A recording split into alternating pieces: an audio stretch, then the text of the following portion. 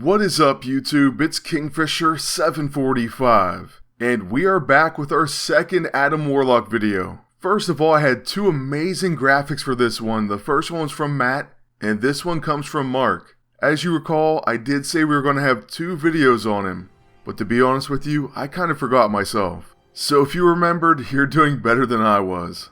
But I'm happy we're taking another look at him before the end. He's a really awesome character. Mainly because of his extra turns, but without that, he's still a powerhouse that knocks people out in one attack. He ended up being almost a must-use character, really. If you weren't going to use Adam Warlock, you're missing out. That's why in our first video on him, we used him and White Tiger, another character that you just have to use. However, we can't forget some of the other characters that came out just a little bit before him, such as Phyla-Vell. And they do make an awesome team up. They both even have really good sprites in game. And we've said this before, but the artists of MAA were some of the best. Those guys are incredible. So I hope we see their artwork on another game soon. I personally hope it's another Marvel game or comic related game, even if that be DC or Image. And hey, if DC doesn't want to keep a great game like this running, maybe Warner Brothers would. So just copy the game, guys. Instead of an agent, give us a GCPD character. I definitely play it, I don't know about the rest of you. Now as far as the PvP lately, I've been facing all Cloak and Dagger and Faiza Hussein teams again. Which is a little bit odd because I wasn't seeing them for a while. At least not in the same frequency. When you have Phyla-Vell against these teams, you're going to be okay. She has Agony, and we have Despair on her debuff as well. As we queue up the hit on Faiza Hussein, you can see all those debuffs on her. And of course, Adam Warlock delivers with a big knockout. I suppose the only issue we have here is Cloak and Dagger being immune to Despair. It's probably one of the most ridiculous things ever. Just imagine if you didn't have any Despair, and nowadays there's full teams of Ethereal and Back for More. Those are some of the things that I think kind of ruin the game in a way. It just adds frustration, especially when you have a team completely dominated and they just have ridiculous little things like that. It can cause the match to go another 5 minutes. When you're trying to do a volume of fights, that adds up a lot. Let's see though what happens in this case. We're going to use Death's Edge. It hits for 48k and Cloak and Dagger are knocked out. So not a bad first match.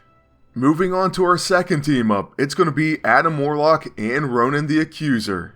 And I love Ronan as well. This guy is phenomenal. Look at him, he starts out with 2 turns in this case, and that can happen quite often. That's because of his enhanced Kree speed passive, chance to take an extra turn each round, and does not apply exhaustion. Him with Adam Warlock, it's going to equal a bunch of turns. Now speaking of those really annoying teams, they're blocking debuffs. They have a ton of health, a bunch of intangibility apparently, and then I'm sure some Back for More. I honestly don't know what to expect, I'm just hoping the match doesn't go 10 or 15 minutes. That's going to make a pretty long video. We actually don't have any Despair, so we're just going to go ahead and use Primed and Ready, then our Cosmic Shield. I'm really waiting for their Warding Essence to come down. And then of course, at least with some of my characters, I have to wait for them to become tangible again. Fortunately, Adam Warlock can still hit them. Their agent we can also see has a very sick setup, one of the most hated ones, Stamina Drain. So I would love to knock him out. Our initial attacks do a decent amount of damage, but he's not that hurt. And interesting enough, he actually has the Mirror-Filled Dynamo. I'm not sure I've ever seen that on an enemy agent. Not that I can recall. Fortunately for us, we're blocking debuffs, and we won't take the Smothering Shadows, really difficult to deal with dots. Now this time on Ronan's turn, I think we're going to use Universal Charge, and we'll get our team ready to do some serious damage.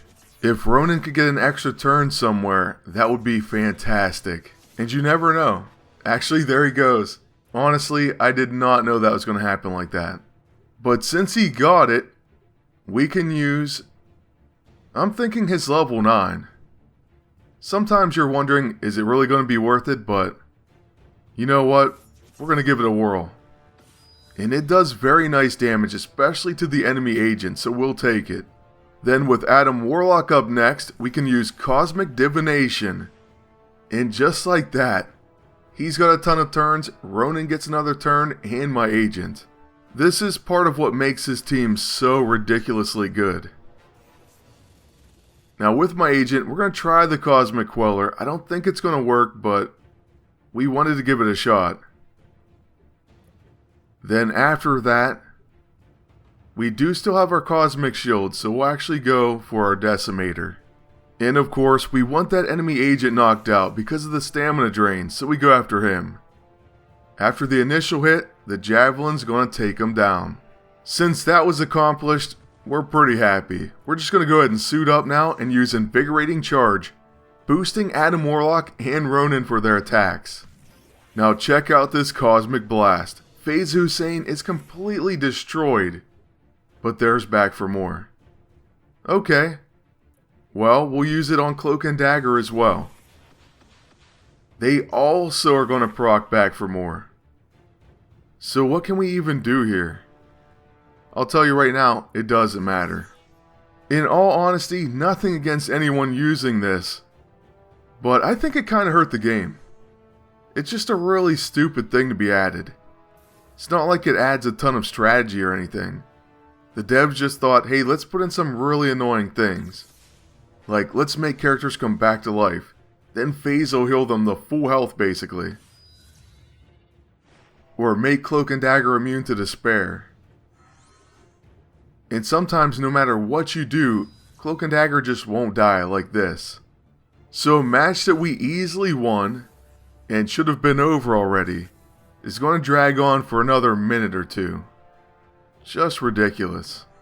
Well, once it comes back to my agent's turn, we're going to use the Abolishing Blast and try to reverse some of C&D's buffs.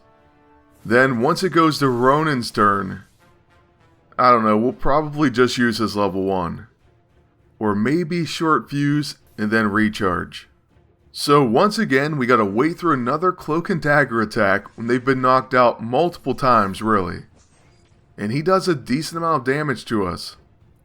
I'm just hoping Adam Warlock can take him down. So we'll use his class ability, then a Cosmic Uppercut. And my own agent's gonna retaliate.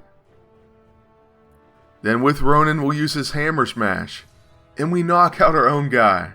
So from domination to actually in jeopardy. At least in a way. And how do we even find ourselves here, really? I mean, if you just make a strategy error or the opponent does something really good, you can kind of follow that and think, okay, well, I guess I deserved it. In this case, it's just nonsensical. And that's why I think some of these things hurt the game. If I was a new player, well, actually, even as a veteran, I'm thinking, why do I have to knock Cloak and Dagger out 5 times? They should have kept it to where Neeko and Sabretooth, just a few characters come back. Not every single character in the game. And then making one immune to despair just really takes the cake. Anyways, for our third team, we wanted to have a blast from the past. We're using Cable with Adam Warlock. And right away, we're able to use his extra turn to get my agent to debuff the enemies.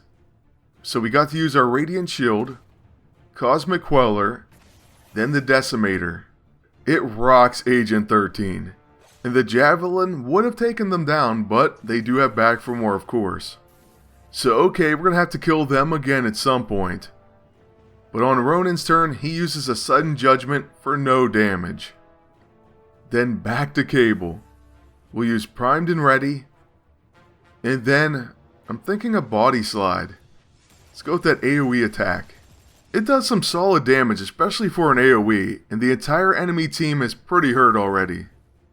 They are going to heal their agent though, just a bit. With Adam Warlock though, we use Primed and Ready, then Cosmic Divination. And with our first attack of many, we'll go with our level 9 on Faiza Hussein. Now it's reflected by an agent that should have been knocked out. So I'm getting a little bit frustrated. And we'll just try a melee attack next, so Cosmic Uppercut. It's taken by the agent. They won't die, but they're protecting. How absurd is this? In fact, we knock out the entire enemy team and they're all getting back for more. So once again, a match we completely dominated, and we have to sit through all this nonsense. I honestly don't even know how many more minutes it's going to take. So just think of the length it adds to every fight. What made me even more upset is an agent that couldn't be knocked out because of Back for More protecting. Now that's just insane. The moral of this is you have to have the spare, so even if you want to use the full cosmic energy set, then you'll have to drop the Lantern of Doom, or the cube, or whatever else you're using. It's very unfortunate, but otherwise you end up frustrated. Just think, they would have all been knocked out, and they really would have wasted an E-ISO slot, which, since most people are using someone that can use a full team to spare, or the Ionic Devourer, they are kind of wasting it. The cool thing though is Adam Warlock is back, and we can still use another level 9. Well, really, why bother? We'll use his level 1 instead, and it gets reflected. So Reflect from the Dark Energy Blade would be a very bad thing for Warlock. Definitely one of his counters. There are some other anti-energy things though too. So it's not like he doesn't have counters, unlike White Tiger who has very few. For her, I think Phyla-Vel's probably your best option. She will get away with absorbing her big hit sometimes. I've seen that happen on a few occasions, and it definitely saves a knockout. Despite what's happened so far, this enemy team isn't going to stay alive forever, so I just kind of want to give you guys a little bit of a schedule on what's coming up. A few things that are going to happen is there will be an All Hail the King finale, a final team spotlight, there's going to be a goodbye MAA video, then a year in review. Or well, I'm not sure which one of those is going to come first, but those will be close to the end of the month, so not too much longer. I'm definitely trying to edit some pretty worthy videos, but it's not easy at all. And I have something MAA planned for after that, but we'll see what happens with that. I definitely need to make more Star Wars Galaxy of Heroes videos, and then some Marvel Future Fight too. Oh, and there will be a channel trailer early next month explaining what the channel's going to do from here on out. I think that most of you are going to like it, and I hope you stick around. As for Adam Warlock, that's going to be it for his spotlighted videos. He may show up here and there later. Well, he definitely will. But I hope you enjoyed them, and I do want to thank you all for watching. Please leave a like, comment, and subscribe. Then until next time, good luck, and take care.